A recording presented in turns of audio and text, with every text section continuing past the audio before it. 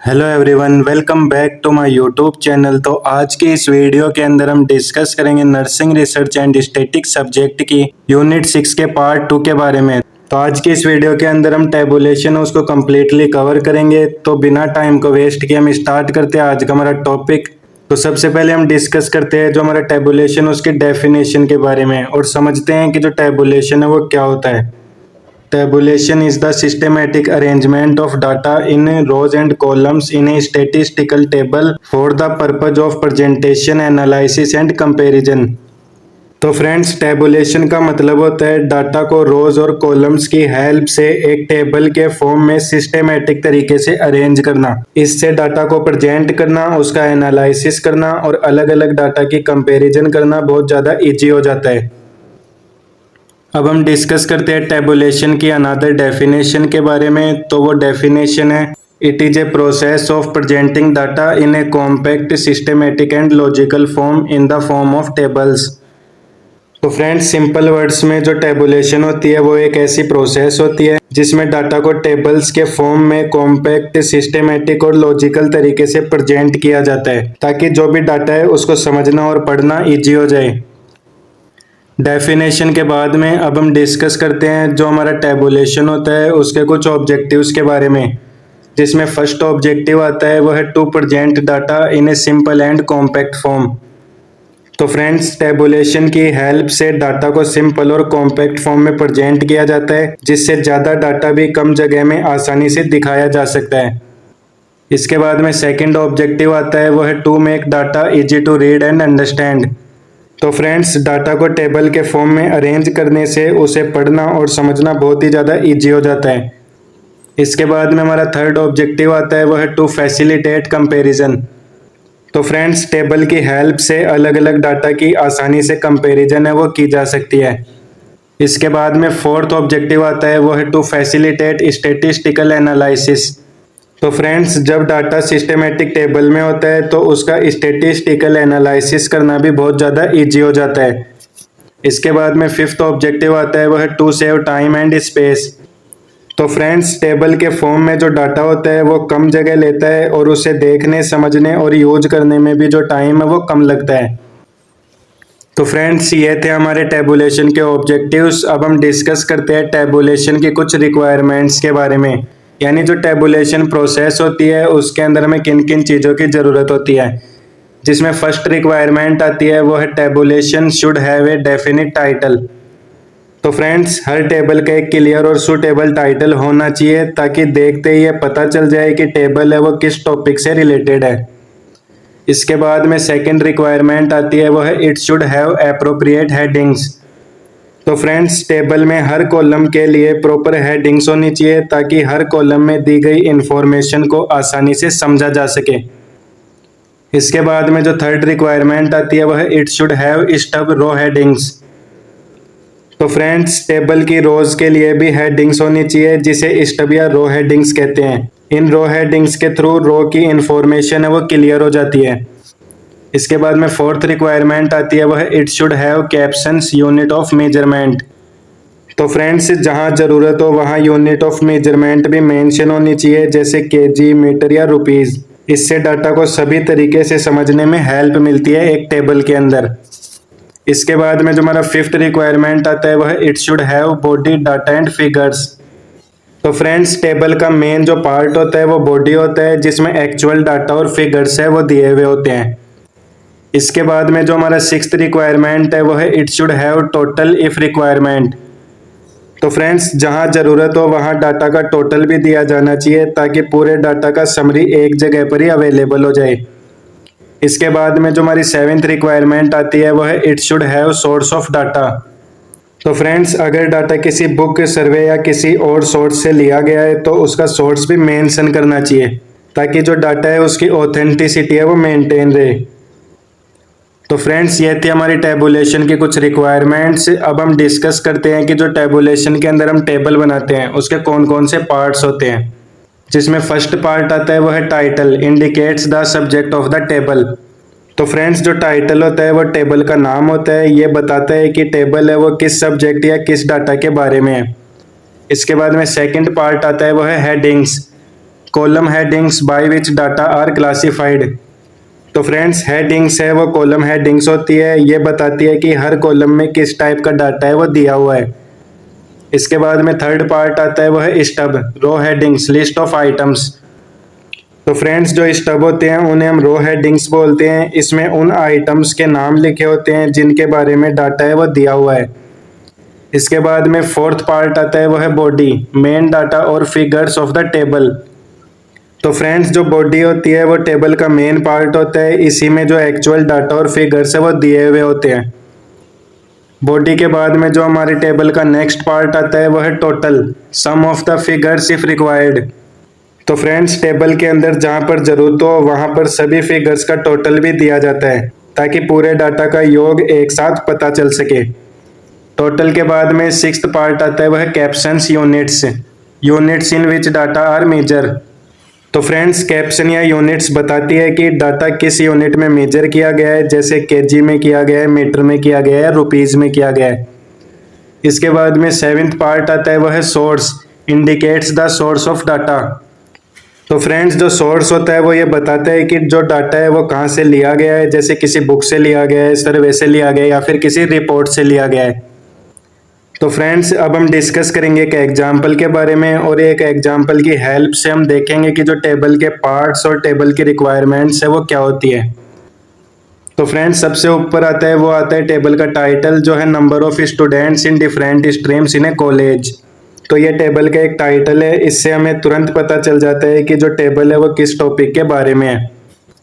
तो friends title के बाद में जो हमारा सेकंड पार्ट आता है वो है headings, streams, number of students और परसेंटेज लिखा हुआ है।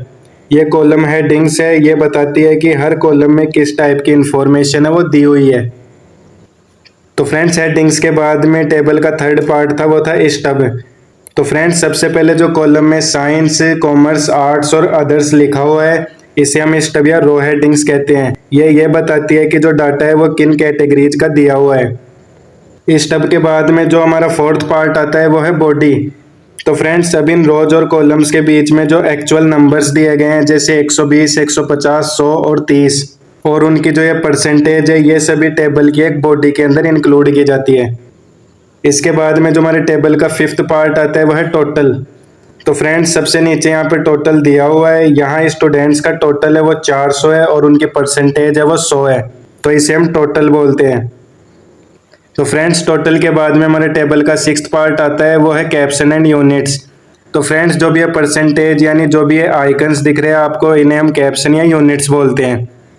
और कैप्शन और यूनिट्स के बाद में जो हमारा नेक्स्ट पार्ट आता है वह है सोर्स, जैसे इसके अंदर लिखा हुआ है कॉलेज ऑफिस रिकॉर्ड्स। तो फ्रेंड्स इससे पता चलता है कि यह डाटा ये कॉलेज ऑफिस रिकॉर्ड से लिया गया है। तो फ्रेंड्स इस तरह कंप्लीट स्टैटिस्टिकल टेबल में ये सभी पार्ट्स होते हैं। अगर ये सब पार्ट सही तरह से दिए गए हैं तो टेबल को पढ़ना, समझना और एनालिसिस करना बहुत ही ज़्यादा इजी हो जाता है। इसलिए मोस्टली नर्सिंग रिसर्च के अंदर हम जो टेबुलेशन है इसका यूज करते हैं। एग्जाम्पल के बाद में अब हम डिस्कस करते हैं जो हमारा टेबुलेशन टॉपिक है उसके कुछ टाइप्स के बारे में। तो फ्रेंड्स जो टेबुलेशन होती है उसके 4 ही मेन टाइप्स होते हैं, जिसके अंदर जो फर्स्ट टाइप आता है वह है सिंपल टेबुलेशन, सेकंड टाइप आता है वह टू वे टेबुलेशन और थर्ड टाइप आता है वह मैनिफोल्ड टेबुलेशन, और जो फोर्थ पार्ट आता है वह कॉम्प्लेक्स टेबुलेशन। तो फ्रेंड्स अब हम डिस्कस करते हैं एक एक टाइप के बारे में, जिसमें जो हमारा फर्स्ट टाइप आता है वह है simple tabulation. Simple tabulation is the arrangement of data according to a single characteristics और वेरिएबल। तो फ्रेंड्स सिंपल टेबुलेशन के अंदर जो डाटा होता है उसको सिर्फ एक ही कैरेक्टरिस्टिक या वेरिएबल के बेसिस पर अरेंज किया जाता है। तो फ्रेंड्स अब हम डिस्कस करते हैं इसके एग्जाम्पल के बारे में। तो फ्रेंड्स इस टेबल के अंदर ओनली एक ही कैरेक्टरिस्टिक या वेरिएबल है वो ही शो किया गया है, वो है जेंडर, और इस टेबल के अंदर कोई दूसरा वेरिएबल है वो नहीं है, तो इसे हम सिंपल टेबुलेशन बोलते हैं। सिंपल टेबुलेशन के बाद में अब हम डिस्कस करते हैं हमारे नेक्स्ट टाइप के बारे में, जो है two way tabulation. Two way tabulation is the arrangement of data according to two characteristics और वेरिएबल्स। तो फ्रेंड्स टू वे टेबुलेशन के अंदर डाटा को दो कैरेक्टरिस्टिक्स के अकॉर्डिंग अरेंज किया जाता है। जैसे इस एग्जाम्पल के अंदर दो कैरेक्टरिस्टिक है वो है, एक है जेंडर और सेकंड कैरेक्टरिस्टिक है ये दोनों कोर्स एज। तो फ्रेंड्स इस एग्जाम्पल के अंदर ओनली दो ही कैरेक्टरिस्टिक है वो है जेंडर और एक कोर्स। तो इसे हम टू वे टैबुलेशन बोलते हैं। टू वे टैबुलेशन के बाद में हमारा जो थर्ड टाइप आता है वो है manifold tabulation. Manifold tabulation is the arrangement of data according to three characteristics और वेरिएबल्स। तो फ्रेंड्स, मैनिफोल्ड टैबुलेशन के अंदर जो डाटा होता है उसको तीन कैरेक्टरिस्टिक्स के अकॉर्डिंग ही अरेंज किया जाता है। तो फ्रेंड्स, जैसे आपको यह एग्जांपल दिख रहा है तो इसके अंदर ओनली तीन ही कैरेक्टरिस्टिक्स या वेरिएबल्स हैं, जिसमें फर्स्ट कैरेक्टरिस्टिक है वह है जेंडर, सेकंड कैरेक्टरिस्टिक है वह है कोर्स और थर्ड कैरेक्टरिस्टिक है वह है हॉस्टल स्टेटस। तो ये एग्जांपल एक मैनिफोल्ड टैबुलेशन का टाइप है। मैनिफोल्ड टैबुलेशन के बाद में जो हमारा फोर्थ टाइप आता है वो है complex tabulation. Complex tabulation is the arrangement of data to several characteristics presenting detailed and comprehensive information. तो फ्रेंड्स, कॉम्प्लेक्स जो टैबुलेशन होता है उसके अंदर जो भी डाटा होता है उसके बहुत सारे कैरेक्टरिस्टिक्स होते हैं और जो भी डाटा होता है उसको डिटेल के अंदर प्रेजेंट किया जाता है और उसकी पूरी इंफॉर्मेशन है वो भी उसके अंदर अवेलेबल होती है। तो फ्रेंड्स, जैसे इस एग्जांपल के अकॉर्डिंग इस टेबल के अंदर ओनली 4 कैरेक्टरिस्टिक्स दिए हुए हैं, जिसमें फर्स्ट कैरेक्टरिस्टिक आता है वह है जेंडर, सेकंड है कोर्स, थर्ड है ईयर और फोर्थ है हॉस्टल स्टेटस। तो फ्रेंड्स, अगर किसी डाटा के अंदर 4 या 4 से ज़्यादा कैरेक्टरिस्टिक प्रेजेंट होते हैं तो उसे हम कॉम्प्लेक्स टैबुलेशन बोलते हैं। तो फ्रेंड्स, ये थे हमारे टैबुलेशन के कुछ टाइप्स। अब हम डिस्कस करते हैं जो हमारा टैबुलेशन होता है उसके कुछ एडवांटेजेस के बारे में, जिसमें फर्स्ट एडवांटेज आती है वह है presents data in a condensed and systematic form. तो फ्रेंड, जो टैबुलेशन होती है वो डाटा को टेबल के फॉर्म में अरेंज करती है, जिससे पूरा डाटा एक जगह पर ऑर्गेनाइज तरीके से दिखाई देता है और उसे समझना भी इजी होता है। इसके बाद में सेकंड एडवांटेज है वह है फैसिलिटेट्स कंपैरिजन एंड एनालिसिस। तो फ्रेंड्स, टैबुलेशन की हेल्प से अलग अलग डाटा को इजीली कंपेयर और एनालिसिस किया जा सकता है। इसके बाद में थर्ड एडवांटेज आता है वह है brings out important facts clearly. तो फ्रेंड्स, जो टैबुलेशन होता है वो इम्पोर्टेंट फैक्ट्स को क्लियरली शो करता है, जिससे जो डाटा के मेन पॉइंट्स होते हैं वो जल्दी से समझ में आ जाते हैं। इसके बाद में जो फोर्थ एडवांटेज आता है वह है सेव टाइम्स एंड स्पेस। तो फ्रेंड्स, टैबुलेशन के अंदर टेबल के फॉर्म में डाटा होने की वजह से कम स्पेस लगता है और डाटा को पढ़ने और समझने में भी टाइम है वो कम लगता है। इसके बाद में फिफ्थ एडवांटेज आता है वो है provides a clear and permanent record. तो फ्रेंड्स, टैबुलेशन डाटा का एक क्लियर रिकॉर्ड बनाती है जिसे फ्यूचर में भी आसानी से देखा और यूज किया जा सकता है। यानी जो भी टैबुलेशन ने रिकॉर्ड बना दिया वो परमानेंट ही होता है। तो फ्रेंड्स, ये थी हमारी टैबुलेशन के एडवांटेजेस। अब हम डिस्कस करते हैं टैबुलेशन के कुछ डिसएडवांटेजेस के बारे में, जिसमें फर्स्ट डिसएडवांटेज आती है वो है टाइम कंज्यूमिंग। तो फ्रेंड्स, टैबुलेशन बनाने के लिए डाटा को कलेक्ट, क्लासीफाई और टेबल में अरेंज करना पड़ता है, इसलिए इसके अंदर बहुत ज़्यादा टाइम है वो कंज्यूम हो जाता है। इसके बाद में सेकंड डिसएडवांटेज आता है वो है इट इन्वॉल्व्स कॉस्ट। तो फ्रेंड्स, टैबुलेशन प्रिपेयर करने के लिए कभी कभी एक्स्ट्रा रिसोर्सेज, प्रिंटिंग या कंप्यूटर सॉफ्टवेयर की ज़रूरत पड़ती है, इसलिए इसमें कॉस्ट भी है वो बहुत ज़्यादा लग सकती है। इसके बाद में थर्ड डिसएडवांटेज है वह है not suitable for highly complex data. तो फ्रेंड्स, अगर डाटा बहुत ज़्यादा कॉम्प्लेक्स या डिटेल में होता है तो उसे एक सिंपल टेबल के अंदर दिखाना मुश्किल हो जाता है। इसके बाद में फोर्थ डिसएडवांटेज आता है वह है possibility of errors in classification और कैलकुलेशंस। तो फ्रेंड्स, अगर डाटा को क्लासिफाई करने या कैलकुलेशन करने में कोई मिस्टेक हो जाती है तो पूरी टेबल है वो गलत हो सकती है और जो भी टेबल के रिजल्ट्स है वो भी अल्टर हो सकते हैं। तो फ्रेंड्स, इसी के साथ जो आपका टॉपिक टैबुलेशन है वो कंप्लीट होता है। आई होप आप सभी को आज की क्लास है वो पसंद आई होगी। अगर आपको ये वीडियो हेल्पफुल लगती है तो वीडियो को लाइक, शेयर और हमारे चैनल को सब्सक्राइब करें। अगर आपका कोई डाउट है तो आप उसे कमेंट बॉक्स में ज़रूर शेयर करें।